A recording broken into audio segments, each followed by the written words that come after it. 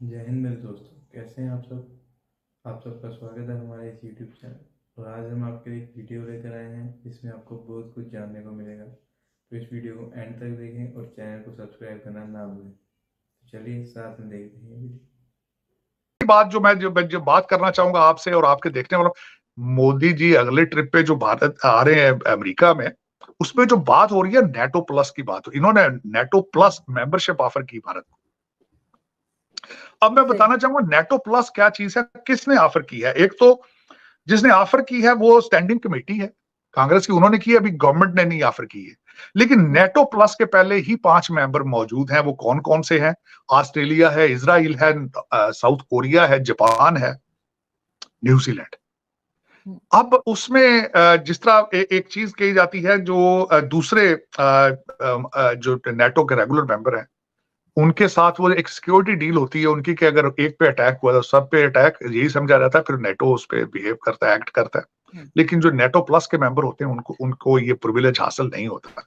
लेकिन उनके साथ उनको मिलिट्री सपोर्ट, उनके साथ इंटेलिजेंस शेयरिंग और इस तरह की चीजें की जाती है।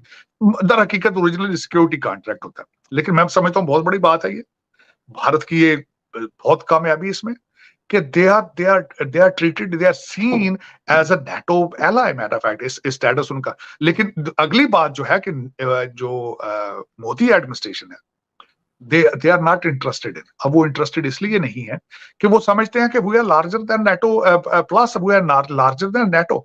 वो इस तरीके से कि वो समझते हैं कि we are already in leadership position. हमारे पास ब्रिक्स है, हम ब्रिक्स में हैं, हम क्वाड में हैं, हम एससीओ में हैं, और हमारी ज्यादा बेहतर पोजीशन है to remain neutral and enjoy the relationship with the entire world versus कि हम अमेरिका के ब्लॉक में आ जाएं और दूसरे लोगों से अपने आप को कट ऑफ कर लें। लेकिन ये कि मैं समझता हूँ बहुत बड़ी बात है, इस पर डायलॉग होगा।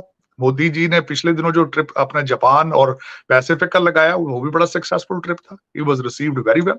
और मैं यहाँ ये भी बताना चाहूंगा कि मोदी जी, मैं समझता हूँ कि पिछले प्राइम मिनिस्टर्स जो थे जितने, उनमें से सबसे ज्यादा ट्रिप करने वाले प्राइम मिनिस्टर हैं। लेकिन he has taken India to the next level, no question about it. उनकी देखें, उनकी पॉलिसीज, उनके इनसे डिसएग्री करना, चीजें करना, वो एक अलग बात है। But you have to see what he has delivered to India. That is बिल्कुल। Remarkable, that's remarkable, that's a very, that should be a model for the rest of the developing countries. खासकर developing country तो मैं इसलिए कह रहा हूँ, वो तो अब समझते वाकई वो इंग्लैंड की इकोनॉमी को वो उससे आगे जा चुके हैं। लेकिन दूसरे लोग जिस तरह पाकिस्तान है, नेपाल है, इन लोगों को they should case study the Modi administration किस तरीके से। अब उस पे अगर बात की जाए तो इट्स अ ह्यूज डायलॉग, बहुत लंबा हो जाएगा उसमें। लेकिन मैं समझता हूँ कि इस दफा जो अमेरिका में ट्रिप मोदी जी का आ रहा है, that will be an exceptional trip, that will take India to the next level. मैं इसमें कोई शक नहीं। उसमें बड़े बड़े कॉन्ट्रैक्ट साइन करके जाएंगे, क्योंकि पहले ही आपने देखा होगा इस वक्त चाइना के ऊपर जो सैंक्शंस लगाई जा रही हैं उसका सबसे फायदा उठा रहे हैं, भारत उठा रहा है। बिल्कुल। और चाइना जितना यूक्रेन को डराएगा उसका फायदा भी भारत उठाएगा। और इस वक्त वो कहते हैं ना कि this is the era for India. I tell you this, मेरी ख्वाहिश होती है कभी पाकिस्तान भी उस लेवल पे होता, कोई डिजिटल पाकिस्तान की बात करता। लेकिन ये आई भी विश मेरा कैसा हो सर, हो सकता है कभी हो जाए फ्यूचर में, अगर कुछ थोड़ी बहुत अक्ल आ जाए इनको तो। लेकिन आरजू देखें, मैंने हमेशा ये कहता हूं कि जितना आपको भारत के साथ रिलेशनशिप ठीक करके, डिफेंस का बजट कम करके, तो वही आम पाकिस्तानी की तरक्की पे लगाना होगा। तब तक आप तरक्की नहीं कर सके। यही एक बिल्कुल। वजह है।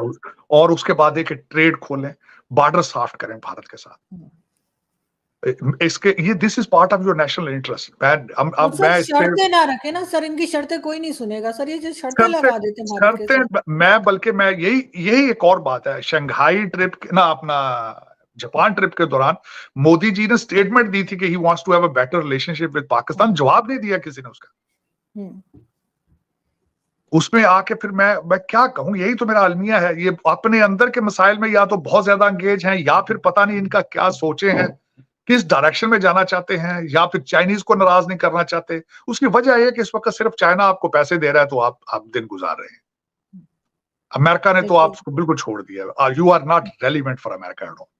मुझे तो सिर्फ यही एक समझ आती है कि आप मोदी जी का जवाब इसलिए नहीं देते कि शायद चाइना नाराज हो जाएगा तो वो चाइना अपना हाथ पैसों से रोक लेगा, लेकिन somehow you have to come up with some kind of solution.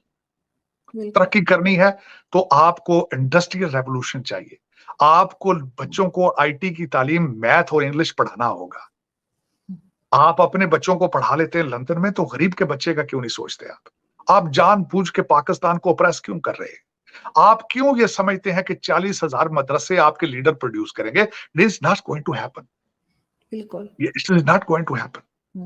आप ये खासकर अपने बच्चे लंदन अमेरिका में पढ़ाते हो, समझते हो तुम कि Pakistan, who cares about Pakistan? मैंने आपको कहा है ना कि आपकी रूलिंग एलीट जो है आरजू, चाहे वो किसी ब्लॉक से भी, किसी पार्टी की हो, किसी इंस्टीट्यूशन की हो, उनके दिल और दिमाग अमेरिका और लंदन में है। वो अपनी बॉडियां जो लाशें उठा के फिर रहे हैं पाकिस्तान में, अपने बच्चों के लिए लूट मार कर रहे हैं, बददुआएं ले रहे हैं लोग। सर जिस दिन के ये डुअल नेशनलिटी रोकी जाएगी शायद तब ये सुधरेंगे। मैं आपको यहाँ पे ये जरूर बताना चाहूंगा, आरजू भारत के अंदर डुअल सिटीजनशिप जो है उस पे ऊपर पाबंदी है कि वो लोग अपने वहां पे एडमिनिस्ट्रेशन में सर्व नहीं कर सकते। ये पाकिस्तान तो फिर ये ना कि ये मैंने आपको साले और बहनोई की गेम है, एक साला एक जगह एक दूसरे के साथ मिले में चिट्ठा बैठा इनका मिला हुआ। चले अगले जो मेरा अगला टॉपिक था, मैं बात करना चाहता कि भारत के अंदर जिस तरह उन्होंने अपनी नई बिल्डिंग का इफ्तिताह किया, it was a wonderful event. मैंने उसको बड़ा क्लोजली वॉच किया। पुरानी बिल्डिंग जो थी 1921 में उसकी कंस्ट्रक्शन स्टार्ट हुई थी, 1927 में मुकम्मल हुई थी। उसमें सीटिंग 790 एमपीज बैठ सकते थे पिछली बिल्डिंग। अब उस बिल्डिंग के हालात ठीक नहीं थे, उसमें अब वो अब एज की वजह से उसकी चीजें आ रही थी कि इतनी पुरानी बिल्डिंग है, 100 साल के ज्यादा। मैं समझता हूँ कि इस दौर के अंदर इतनी बड़ी बिल्डिंग बनाना जिसके ऊपर 117 मिलियन डॉलर खर्चा है नई बिल्डिंग बनाने, और उसमें 1272 एमपीज बैठ सकेंगे। और उसमें जो उन्होंने बताया, उन्होंने जो डिजाइन बनाया है, पहले तो पीकॉक डिजाइन है जो सारी ओवरऑल जो सीटिंग बैठेगी, और उसके बाद लोटस जो अपर हाउस है वो उसका लोटस की शक्ल होगी, फ्लावर फूल की, क्योंकि लोटस भारत का नेशनल फ्लावर है। जी बिल्कुल। अब उसमें मैं समझता हूँ बड़ा क्रिटिसाइज किया गया उसको। राहुल गांधी ने कहा कि ये लग रहा था जिस तरह मोदी जी की ताजपोशी हो रही है। अपोजिशन ने उसका बायकॉट किया। फिर वहां पे वो होली सेनेगल, क्या उसको शायद मैं गलत उसको बोल रहा हूँ, लेकिन वो जो उन्होंने सोने का वो बना हुआ था उसका, वो उसको वहां किया, और वहां पे काफी पुजारी, हिंदू पुजारी बुलाए गए, बहुत सारा अपना उन्होंने इबादत की। जो सबसे ज्यादा मैं समझता हूँ कि लोगों को चाहिए उसका सूरत रहमान की कुछ वर्सेस की भी वहां तलावत हुई। बिल्कुल बिल्कुल ऐसा। मैं अब I am very amazed, I am very thankful, I am very proud कि हर मजहब को अपने अपने हिस्से के मुताबिक वहां पे जगह और टाइम दी गई। इट इज वंडरफुल जो है। और मैं यहाँ पे ये बताऊंगा कि वो जो होली सेनेगल जो जिसको वो बल्कि मैंने उसका हिंदी में भी नाम पढ़ा, मुझे भूल गया वो जवाहरलाल जो नेहरू थे, उनको भी अगस्त 14 1947 में जो हिंदू पुजारी थे उन्होंने दी थी। यही कि उसको वो basically symbolise to serve India better and serve people and justification.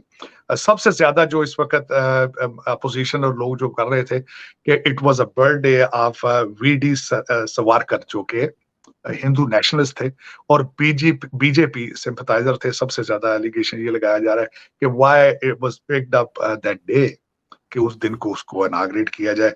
और फिर वो एक और इतराज ये करते हैं कि द्रौपदी मुर्मू जो कि सदर हैं भारत की, उनको क्यों नहीं कहा गया कि इसका इफ्तिताह किया जाए। That comes under her portfolio to have this ceremony, opening ceremony.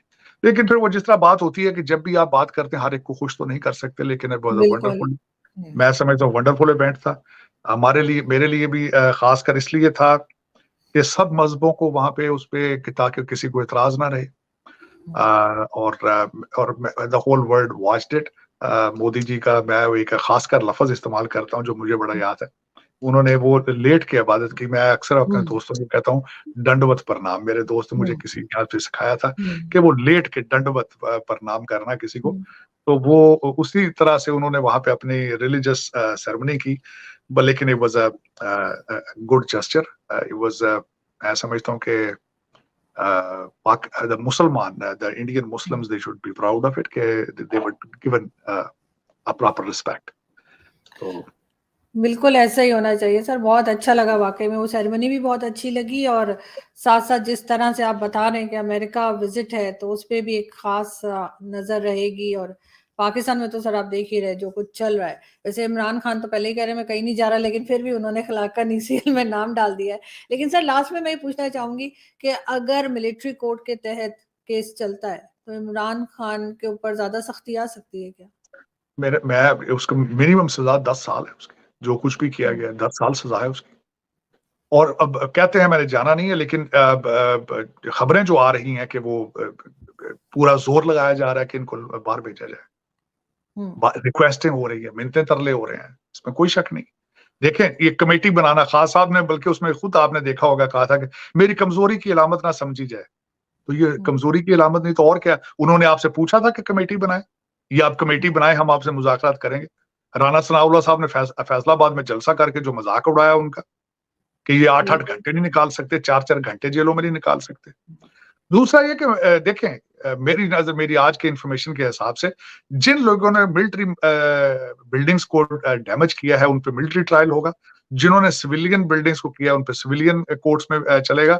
और खान साहब के बारे में खासकर जो चीजें आ रही हैं कि कुछ लोग वादा माफ गवाह भी उनके के लिए बन रहे हैं, जिस तरह चौहान साहब, और सुना है वो दूसरा लेडी जो है वो सियालकोट से, वो भी सुना है, उनके नाम आ रहे हैं। दूसरा, इनकी जूम मीटिंग्स जो थी उनके अंदर सुना है कि दे वर प्लानिंग अबाउट इट, इनको ऑर्डर दिए जा रहे थे कि कहाँ अटैक करना है। और दूसरा, इनकी कई ऑडियो आपस में कम्युनिकेशन आ चुकी है कि they had a larger scheme of ट्रेजन पैराफैक्ट। तो वो ये सारा इससे डेंजरस बातें हैं, इसमें कोई शक नहीं है। और इसके बारे में सुना है कि एजेंसियों के पास काफी मवाद है। खान साहब अगर मिलिट्री ट्रायल में गए तो he won't have any chance to be evicted, इनको सफर करना पड़ेगा, और मिनिमम उसकी सजा जो है वो 10 साल है। बिल्कुल ऐसा ही है। लेकिन सर बहरहाल किसी को भी इस तरह की सजा और नुकसान तो बहरहाल पाकिस्तान का है और उसकी पब्लिक का है, जो कि पहले ही काफी परेशान है। बहुत शुक्रिया सर कि आपने आज ज्वाइन किया। Thank you sir. तो दोस्तों, आशा करता हूँ कि ये वीडियो आपको अच्छा लगा होगा।